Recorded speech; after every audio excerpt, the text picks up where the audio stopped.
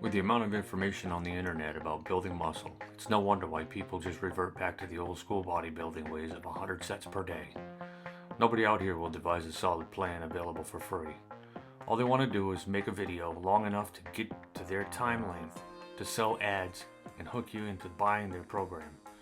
The ones I see will blah blah blah you to death while eagerly waiting for the information, only to find out there's a continuing price of, if you act now, if I already shown you in my videos how to do the exercises.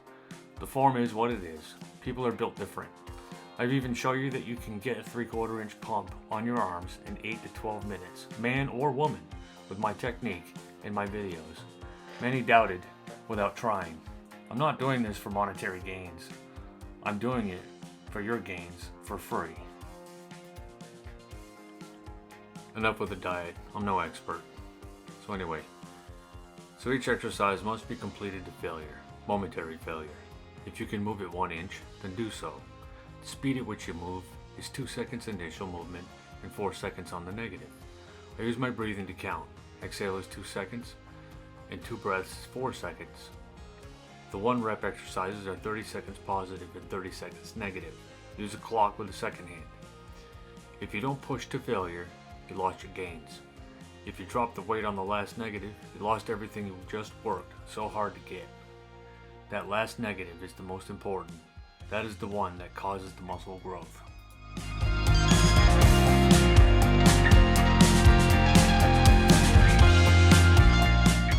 For proof of the effectiveness of this type of workout, you can get a 3/4 inch pump in 8 to 12 minutes using my technique. Pick a weight that you can do 20 reps, give or take, and go to failure using the same speed as my training, 2 seconds and 4 seconds. Pick 3 to 4 exercises for biceps and 3 to 4 exercises for triceps. Start with heavy compound exercises. Alternate back and forth, biceps then triceps. After 2 sets of each, grab the tape.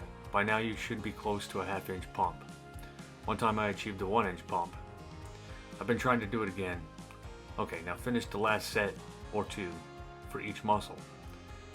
Now grab the tape. If my wife can achieve this in 12 minutes, anybody can do it. She has only lifted for 1 year. The 1 inch pump I got one time and only lasted a few minutes upon completion. It's all about the intensity, so no slacking between exercises aside from catching your breath. Only do this on your off days and if your arms aren't sore. Now, using the same intensity as the 3/4 inch arm pump, complete every workout in the same manner. There will be times when you will need a break to catch your breath. Just remember the intensity you used for the 3/4 inch arm pump. Imagine the same pump you will give for each muscle you work. It is called high intensity for a reason. If you have a training partner, there's nothing wrong with forced reps. If your partner ends up doing all of the lifting and you're just dropping the weight faster than 2 seconds, you're done. At that point, risk of tearing muscle is imminent. My wife cannot lift the weights I use, so she helps as much as she can. It's a big help.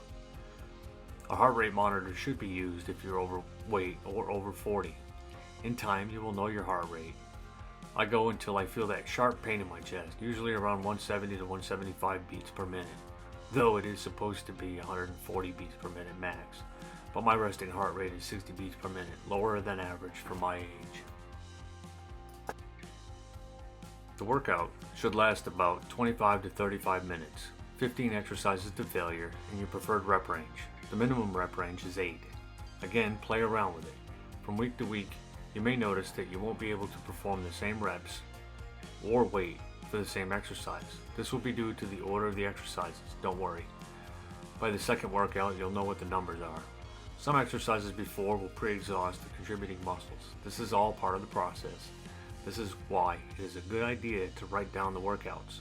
At the end of my videos, I use credits to list them, as well as through the video. This is a sample of the chart I used. It seems to work quite well for me. The workout chart is a key component. I understand that for some reason or another, when you go to the gym, you're under everyone's spell of, oh my, they brought a clipboard. The fucking horror of it. Personally, I could give a shit what people think, because 10 weeks later, they'll be snapping photos of it due to the amount of size and strength you put on without gear. Next thing you know, they're all carrying clipboards and you'll be the origin. With high intensity training, it is hard to stay focused on anything.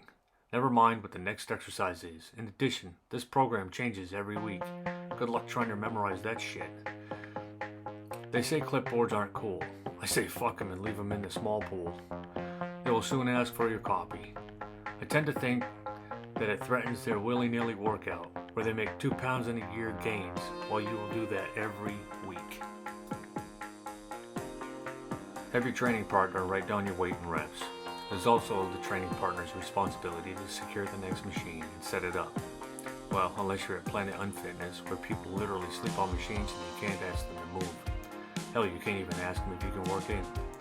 I've always found that the universal machine works best, just like the hoist in my gym. It's what I used 35 years ago, when they were more crude. It worked then, and it's working now. They're fast and efficient for setting up and moving from exercise to another. They are also self-spotting, allowing absolute failure. You don't have to worry about being crushed. First choice would be Nautilus. Those machines are the greatest invention. They were designed for high-intensity training.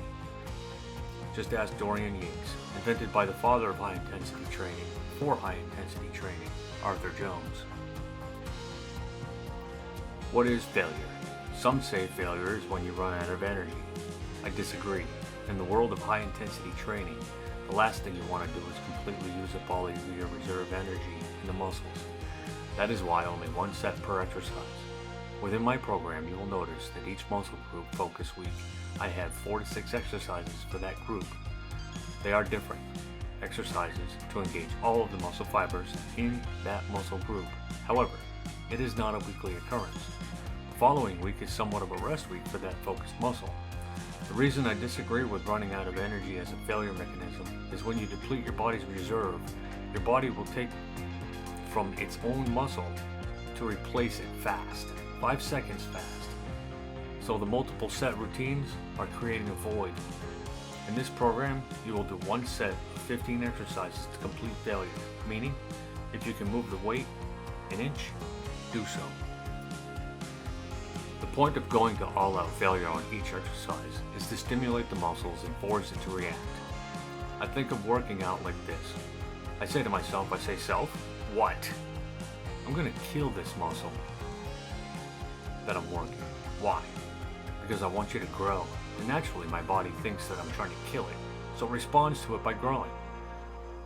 There is a reason my program is designed the way it is. Kill the muscle group and give it recovery time while maintaining that muscle in the following weeks. In the 10-week cycles, your body won't lose gains as long as you don't try that marathon weightlifting nonsense. Marathon runners are small, and we are here to get huge. Powerlifters are strong. 1 or 2 sets of max lifting. Marathon lifters take years and years to get size naturally. We're talking about 15 to 20 pounds of muscle in 10 weeks, not 10 years. If you only go until you're uncomfortable, like a marathon lifter, you may as well try running to get big. Not happening.